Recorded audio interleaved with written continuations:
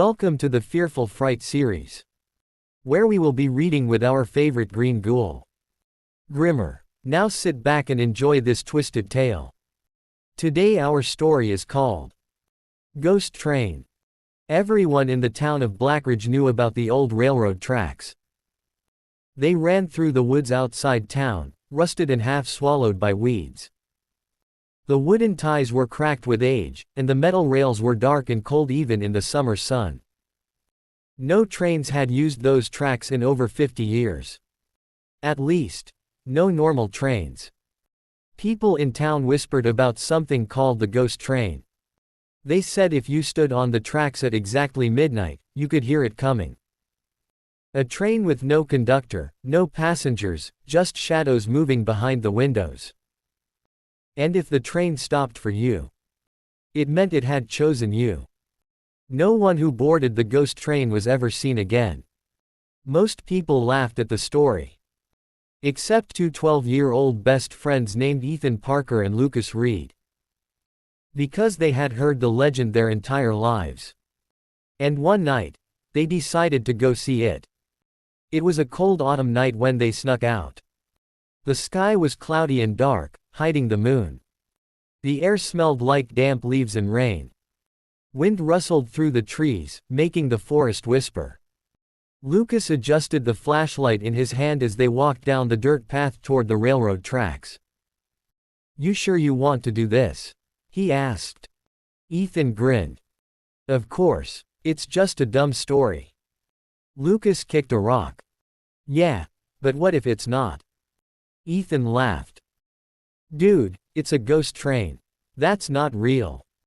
Lucas wasn't convinced. His older brother once told him something strange about those tracks. Something about hearing a whistle late at night. A whistle from a train that didn't exist. Soon the trees thinned, and the railroad tracks appeared ahead of them. Two long lines of steel stretching into darkness. The boys stepped onto the gravel. The tracks made a hollow metallic sound under their shoes. Lucas checked his watch. 11:57 p.m. 3 minutes, he said quietly. Ethan sat down on one of the rails. The metal was freezing cold. The forest around them felt too quiet. No crickets. No birds.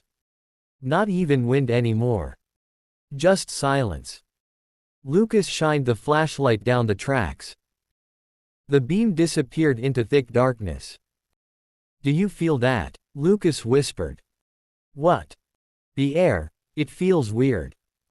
Ethan shrugged. "You're just nervous." Lucas looked at his watch again.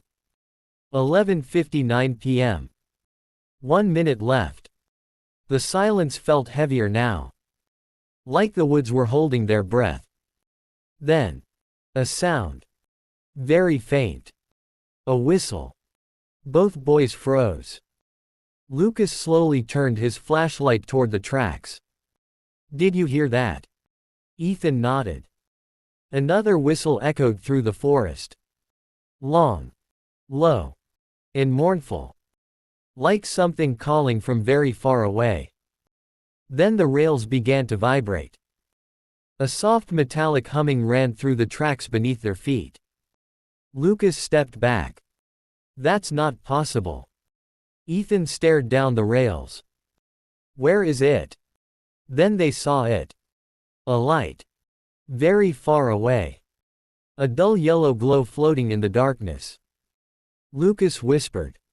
"That's a train." But something was wrong. The light flickered strangely.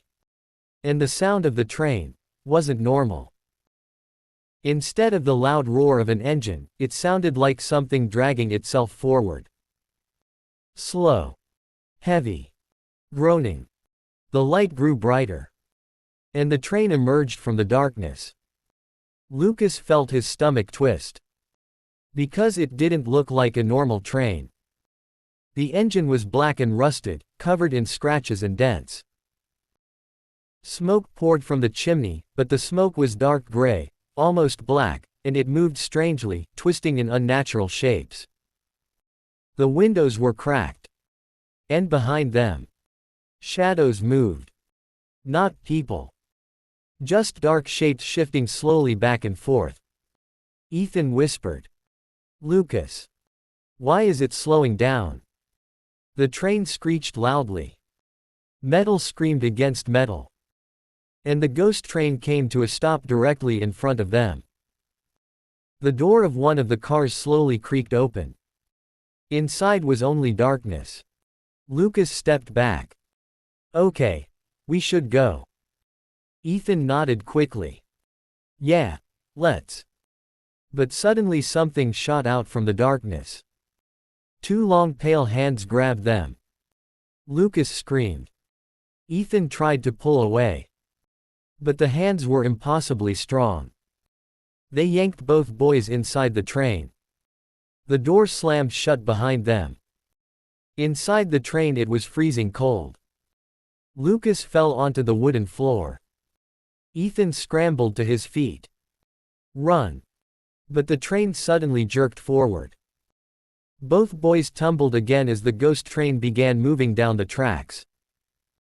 The inside of the train car was dimly lit by flickering lanterns. Rows of wooden seats filled the car. And in those seats were passengers. But they weren't alive. Their skin was pale gray. Their eyes hollow and empty. Some had sunken faces. Some looked like skeletons barely held together by dried skin. And all of them slowly turned to look at the boys. Lucas whispered in terror. Ethan. They're dead. One of the passengers leaned forward. Its voice was dry and cracked. New riders. Another whispered. Fresh souls.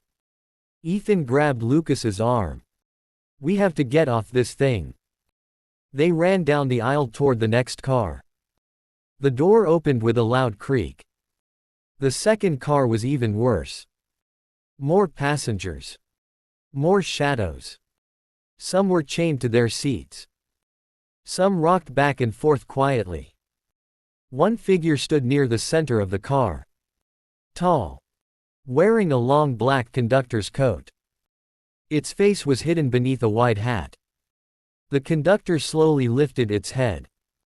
Where its eyes should have been, there was only darkness. The conductor spoke in a deep hollow voice. Tickets. Ethan stammered. We don't have tickets. The conductor tilted its head. Then you belong below. Lucas whispered. What does that mean? The conductor slowly pointed out the window. The boys looked outside. And both of them screamed. The train was no longer in the forest. Outside the windows stretched a massive dark landscape filled with twisted black mountains and rivers of glowing red lava. The sky was dark purple with flashes of lightning. Strange creatures crawled across the rocky ground below. Lucas gasped. Where are we? One of the dead passengers whispered behind them. The underworld. The conductor stepped forward. You will ride, forever. Ethan grabbed Lucas. No, we won't. He shoved open the next train door and ran. Lucas followed. The next car was different. Empty. Except for one old man sitting alone. His beard was long and white. But his eyes were alive. He looked up as the boys ran in. You two don't belong here, the old man said quietly. Lucas cried. Please help us. The old man nodded slowly. There's only one way off the ghost train. Ethan asked. How? The old man pointed toward the back of the train. There's an emergency lever in the final car. Pull it, and the train will stop for exactly 10 seconds. Lucas said. Then we jump. The old man nodded. But if you miss your chance, the train will never stop again. The conductor's footsteps echoed from the other car. Slow. Heavy. Getting closer. Ethan grabbed Lucas. Let's go. They sprinted toward the back of the train. Car after car flew past as they ran. Dead passengers reached out toward them. Cold fingers brushed their arms. Whispers filled the air. Stay. Join us. You belong here. Lucas pushed open the final door. The last car was dark. But there it was. A large red lever on the wall. Behind them the conductor stepped into the car. You cannot leave. Ethan grabbed the lever. Watch us. He pulled it down. The train screamed loudly. Metal shrieked as it began slowing. Outside the window the underworld rushed past them. Lucas looked at Ethan. Ready. The train stopped. The door burst open. Cold wind blasted into the car. Now, Ethan shouted. They jumped. Lucas hit the ground hard. Ethan rolled through the dirt. The train roared past them. And within seconds, it vanished into the darkness. The boys lay there gasping. Lucas looked around. They were back in the forest. Right beside the railroad tracks. The sky was normal again. Stars above. Quiet woods. Ethan laughed nervously. We made it. Lucas nodded. Let's go home. They ran all the way back to town. Neither of them said a word about the ghost train. Not to their parents. Not to anyone. Eventually the memory started to feel like a nightmare. Like something that never really happened. Until 3 nights later. Lucas woke up suddenly. Something was vibrating. His bed. His floor. The whole house. Then he heard it. A distant whistle. Long. Low. And mournful. Lucas slowly looked toward his bedroom window. And his heart stopped. Because far down the street, rolling silently through town, was the ghost train. And standing inside one of the windows, looking directly at Lucas, was the old man who had helped them escape. The man slowly raised his hand and pressed something against the glass. Lucas's stomach dropped. Because it was a small piece of paper. A train ticket. With 2 words written on it in black ink. Return trip.